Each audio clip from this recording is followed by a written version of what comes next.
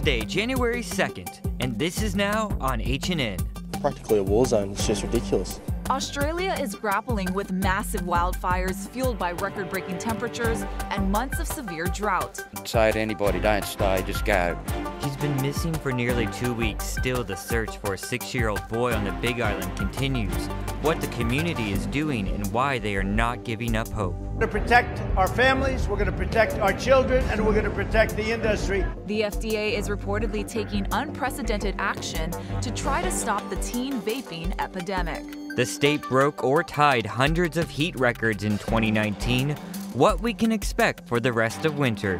These stories, and we'll give you the details on a big Neighbor Island airfare sale coming up on This Is Now.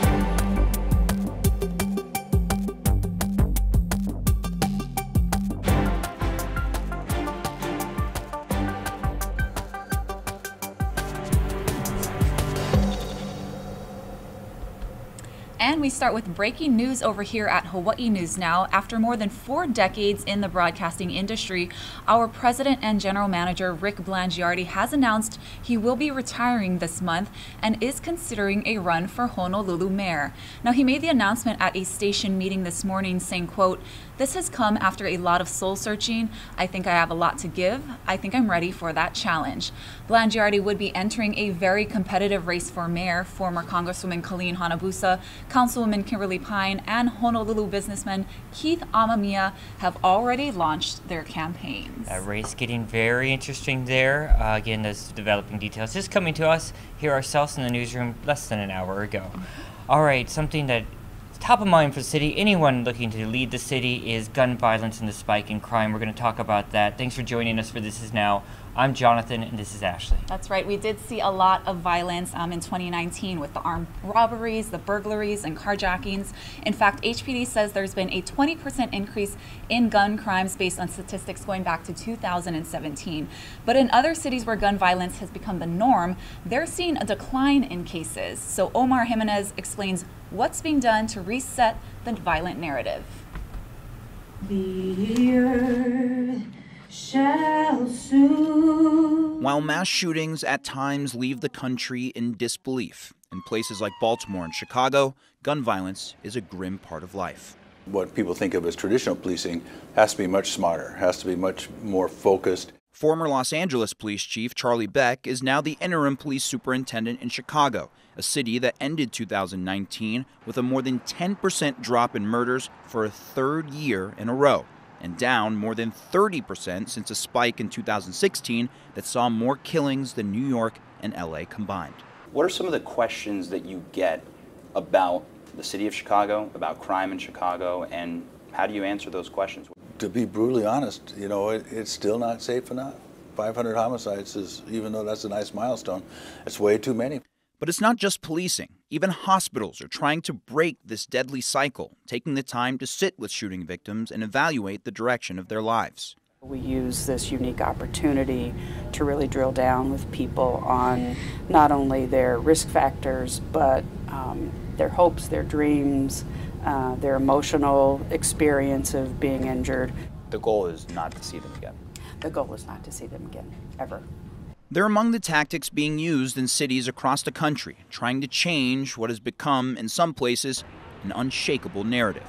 Often among the highest murder rates of big U.S. cities, New Orleans has made progress, seeing its 3rd consecutive drop in homicides last year.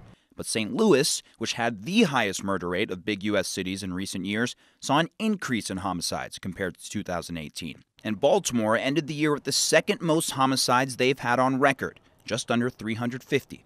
Cities like New York and Los Angeles didn't even hit that mark, and they have more than 5 times the people. We can talk all day about what to do after someone is killed, but we must also have a hard conversation about why the perpetrators of violence have no regards for human life. Baltimore is now one of 7 cities within the Department of Justice's Operation Relentless Pursuit, an initiative aimed at combating violent crime.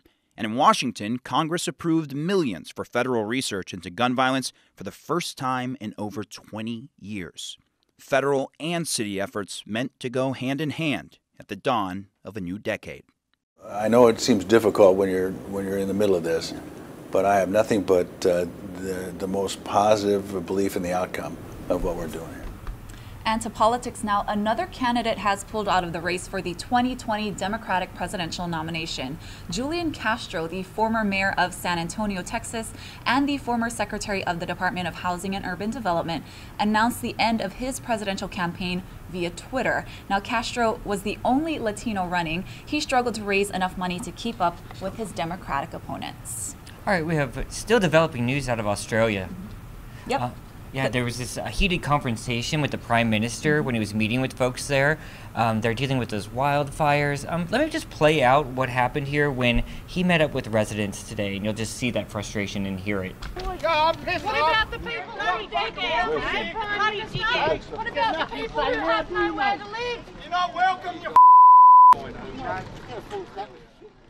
One woman said she would only shake his hand in order to get more money for the rural fire service, while another group heckled him in the town of Corbago. Now, Morrison has been under pressure in recent weeks about his government's response to the wildfires. Yeah, and we saw that here. He was actually on vacation here, and there was a huge outcry from people down under saying, come back home, deal with this crisis.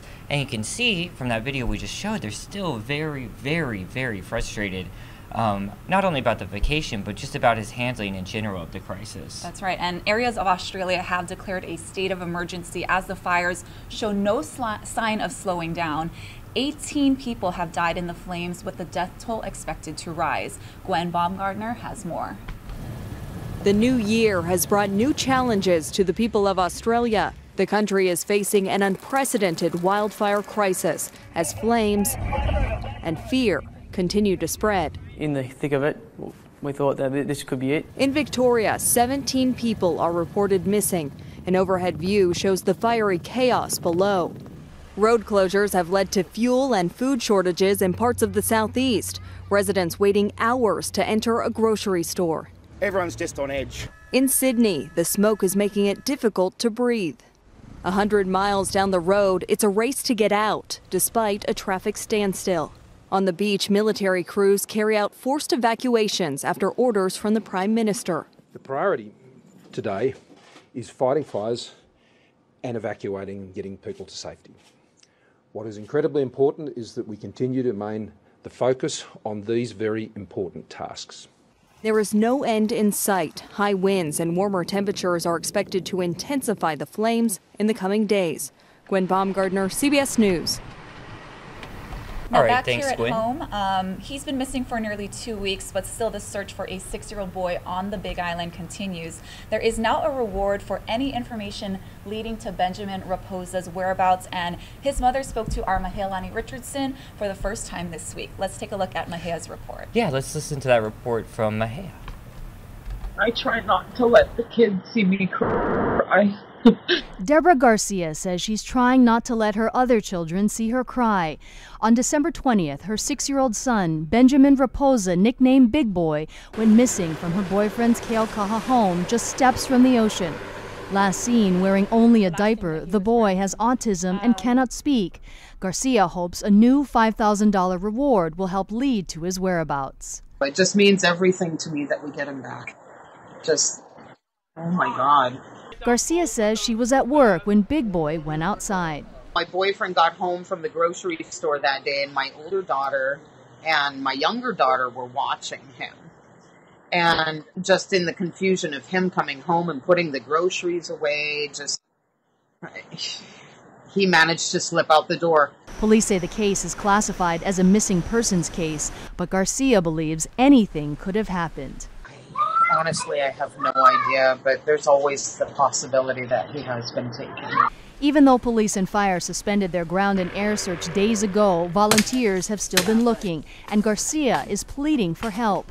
I've been getting in the bushes too every day, just looking for him, searching the coastline, just doing everything I possibly can, but I'm just one person. She says her son loves SpongeBob SquarePants, gummy bears, and fruit. If you're out there, Benny boy, I love you. Mom loves you. That's just incredibly heartbreaking to watch. I know you did that interview on Monday, I believe. What are volunteers saying to you now? I know you just got off the phone with one, and what are they doing today? I did. I spoke with volunteer coordinator Moanale Mauga. She's been coordinating the volunteers since day one on December 20th. And so today they're going to be passing out flyers and sign waving at the Kamehameha statue in Hilo from 12, so it's already started, to about 2 o'clock this afternoon. She says about 5 families will be gathering to do this. And this all started December 20th, so we're entering 2-week mark. They're still holding out hope.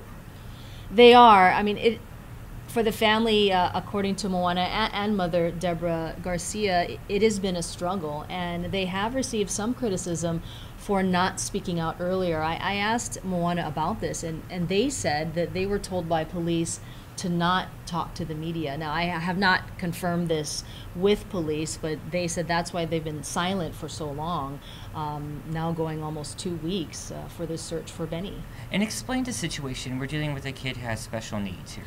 That's right. According to his mother, he has autism, nonverbal autism, so he doesn't speak. But she says that he does respond to his name, Benjamin, Benny. She also calls him Big Boy because he is a twin, and he's the bigger of the twin. And so he does respond. He also loves SpongeBob SquarePants and has a lot of things that he likes, but he just cannot speak. And what we're looking at here, it's going to pop up on the screen for those of you watching on Facebook. For our podcast listeners, we're going to describe to you what they're actually dealing with. This is a dense jungle, like how so much of the Big Island is. But we're seeing people use machetes. They were using those in the past weeks. They're really going out there in this dense jungle forest area, and that's what they're dealing with. They're also using they were using private divers and county divers, correct? Right. There were people who had just joined in the search. Right now you're looking at the firefighters who had put in firefighting divers into the water, but then there were also civilian divers, people who just went out on their own. And you're right, the area is incredibly thick with this jungle, and then the ocean is just steps from the house. And the day that we were filming, it was about 2 to 4 feet surf, so those conditions were actually good for the search teams, for the professional search teams. But I mean, the waves just pound that area in Keaukaha, so you know, people can only imagine what possibly could have happened to him. Are volunteers focusing on a specific area, or? Well, a few days ago, more than a week ago, they did what's called a line search. So they got together and they searched basically every inch of the land area. And the types of volunteers that they said that they needed them to be able to walk rough terrain, because it's not just a grassy area. It was, you know, this dense jungle. There's a lot of rocks. There's a lot of swamp areas. So these volunteers needed to be physically fit. One of the more heartbreaking parts of this story is because Benny likes SpongeBob SquarePants, they were playing it on their cell phones, the theme music from the television show or the cartoon. And so they were playing it and using flashing lights, hoping to somehow attract him out of the woods. And one more quick question. So the official search has been suspended. What does that exactly mean? So initially there were police, there were firefighters, also park rangers from the National Park Service were there, and the Coast Guard was also there. That official search has ended, though police say their investigation is continuing.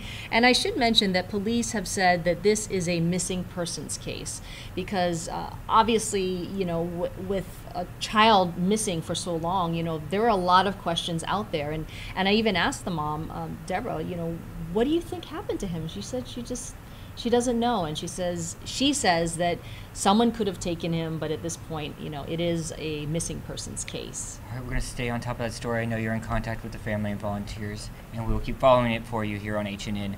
Moving on, though, we got to get to some other national headlines. Right, so the FDA is reportedly taking unprecedented action to try and stop the teen vaping epidemic. Under direction of the Trump administration, it will likely announce a ban on mint, fruit, and dessert-flavored e-cigarette cartridges as soon as tomorrow. Anna Werner has the latest. This policy is one that was dictated by the e-cigarette industry. Matt Myers heads the Campaign for Tobacco-Free Kids. He says banning flavors is good, but leaving menthol and tobacco vaping products on the market is dangerous. Menthol cigarettes are used by more than half of all kids as a starter product. His group says 1/3 of all e-cigarette users in the U.S. are middle and high school students, and 97% of kids use flavored pods. We'll be taking it off, the flavors, for a period of time, certain flavors. President Trump hinted at the ban this week. We're going to protect our families, we're going to protect our children, and we're going to protect the industry. A few months ago, we spoke to 18-year-old Chance Amarada, whose doctor believes his vaping may have contributed to a lung injury. I never thought that I'd be addicted, and I'm sure every other teenager or young adult would say the same exact thing. The Centers for Disease Control counts more than 2,500 cases of people hospitalized with e-cigarette or vaping-associated lung injury and 55 deaths. The CDC says the chemical vitamin E acetate found in some vaping products is closely associated with the deaths and illnesses. Some people could have used our product. In August, Tony DeCopel sat down with then Juul CEO Kevin Burns. What do you say to those families, those parents, about their teens using this product? As I've said this before, I'm sorry that their kids are using the product.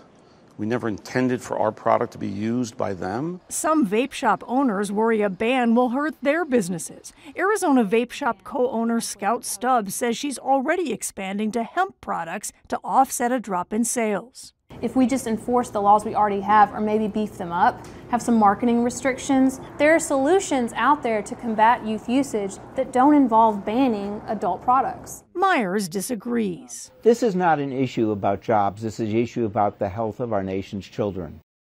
We reached out to the American Vaping Association for comment on this story, but had not heard back. Juul, the market leader, declined to comment. In the past, Juul has said that none of its products contain vitamin E acetate. Anna Werner, CBS News, New York. All right, some other news regarding products, and specifically food products we use every day.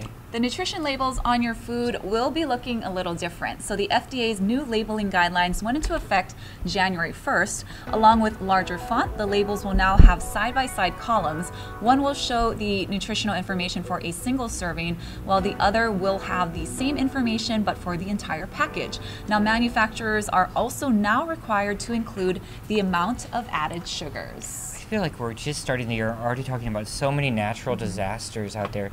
Now Indonesia facing just brutal flooding. Yeah, so severe flooding in Jakarta left much of the capital underwater and has killed at least 30 people. The country's disaster agency says the high water levels forced more than 62,000 people to flee their homes. Torrential rains have been pounding Jakarta since New Year's Eve and are predicted to continue at least through January 10th. Now, officials say those who were killed were either swept away by the floodwaters, buried by landslides, or electrocuted. And for our podcast non-video listeners out there, that what we're looking at is just some extremely dramatic video of just raging muddy water. Like we literally just saw a house get wiped out or a structure get wiped out by this muddy raging water. It appears like there's rescue crews on scene too, trying to find anyone who could be missing, but it looks really, really rough there. Wish the best. All right, we're also talking about weather still here. A lot of hot days, and maybe more to come. Back here at home, we broke or tied hundreds of heat records in 2019, and a warm winter is expected. Billy V is outside with more. It was hot during the summer, but it seems that summer never ended. It was fall and it was still steaming hot, and then we were into the winter months, and even then it was warm. So the government forecasters just released preliminary information about 5 p.m. yesterday, and they told us that there were 135 records that were broken, 138 that were tied last year, and that's a total of 273 daily records that were either broken or met. So let's go look statewide. Kahului saw the most broken records at 61. It also had the most tied records with 45. The Maui town broke or tied records every month except for February and March. Lihue was also way hotter than usual with 31 broken records, 39 tied. Hilo over Hawaii Island tied or broke 44 records, and even here on Oahu, Honolulu tied or broke 53 records. The trade winds were down, the temperatures were up, and the warming trend seems or appears likely to continue into 2020. The National Oceanic Atmospheric Administration says that our winter is likely to be warmer than normal. And global warming, as that continues, the overall long-range trend is also for warming temperatures. So, guys, it seems like we're going to have to find more creative ways to stay cool in the next couple of months as we go into spring and then summer. All right, thanks, Billy. Hey, we're here in the Digital Center. We're taking a live video feed now from outside. We're looking at Oahu's South Shore. Looking a little gray, but still looks pretty pleasant out there. I envy anyone who's enjoying it. It looks pretty pleasant, wouldn't you say, Ashley? Yeah, a little hazy, a little cloudy, but not too bad. Well, let's find out more. Let's find out what's to come. Here's Guy Hoggy. How's it on this Thursday? I'm Guy Hoggy with your HawaiiNewsNow.com forecast. We're tracking a weak front that's going to be moving through the islands later this afternoon, bring increasing clouds and showers that will be lingering around for the next several days. We do have some prefrontal showers just ahead of the front with some light rainfall totals for Maui County and for Oahu. So for today, we should see mellow weather, but increasing clouds and showers due late this afternoon through tonight, mainly for Kauai and Oahu. Then it's going to move down the island chain, although it dissipates as it moves. So we're expecting fewer showers on the Big Island than, say, what Oahu gets. So still expecting lots of sunshine today, temperatures running into the low 80s. Now, the surf was still elevated for the North Shores, but it's dropping. So a high surf advisory remains posted up there. 48 down on the west side. We are expecting another little boost coming in tomorrow below advisory levels, and then another big swell coming in sometime late next week. So we're going to see breezy trade winds start to move in later today and run especially strong on Friday and again on the Monday. Both Friday and Monday, we could get gusts upwards of 40 miles an hour that could lead to power outages. And throughout the time period into the early part of next week, you can expect windward and Mauka showers. Keep it here on Hawaii News Now. We'll have all your severe weather updates. Thanks, Guy. You know he is loving life right now. Oh, yeah. Yeah, he's got all that surf rolling in. I feel like he's always talking about it. I don't know if he's a fisherman, but we have some good news for those folks as well. His brother's a fisherman. Oh, yeah? He always brings him fresh ahi. Always so jealous. But yeah, good news for fishermen out there. The Waikiki fishing areas are open for the year. Lacey Denise has the details.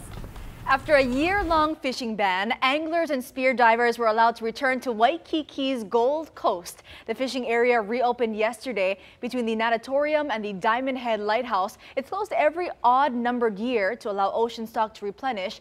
The Department of Land and Natural Resources says you'll need to have the proper permits and, quote, hook and line, throw net, hand net to land hooked fish, and spear fishing and hand harvesting methods are employed. The area will be open to fishers until December 31st. Awesome, Lacey. Thank you so much. Hey, there's still deals out there, folks. Yes. Flight deals. So Hawaiian Airlines announced cheap flights for the new year. The airlines is offering one-way inter-island flights starting at $39 for travel between February 3rd and May 14th. The catch is it's only for flights on Mondays through Thursdays. You must book by January 6th. And Southwest also has $39 flights available. Theirs runs for travel until May 20th. Where are we going? Where are we going? Oh, I love when this happens. I know Hawaiian has blackout dates though for Merry Monarch, so no flights from Honolulu to Hilo, as you can imagine. A certain booking window, as you mentioned. All right, you guys, that's it for today, this Thursday. It doesn't it feel like Friday?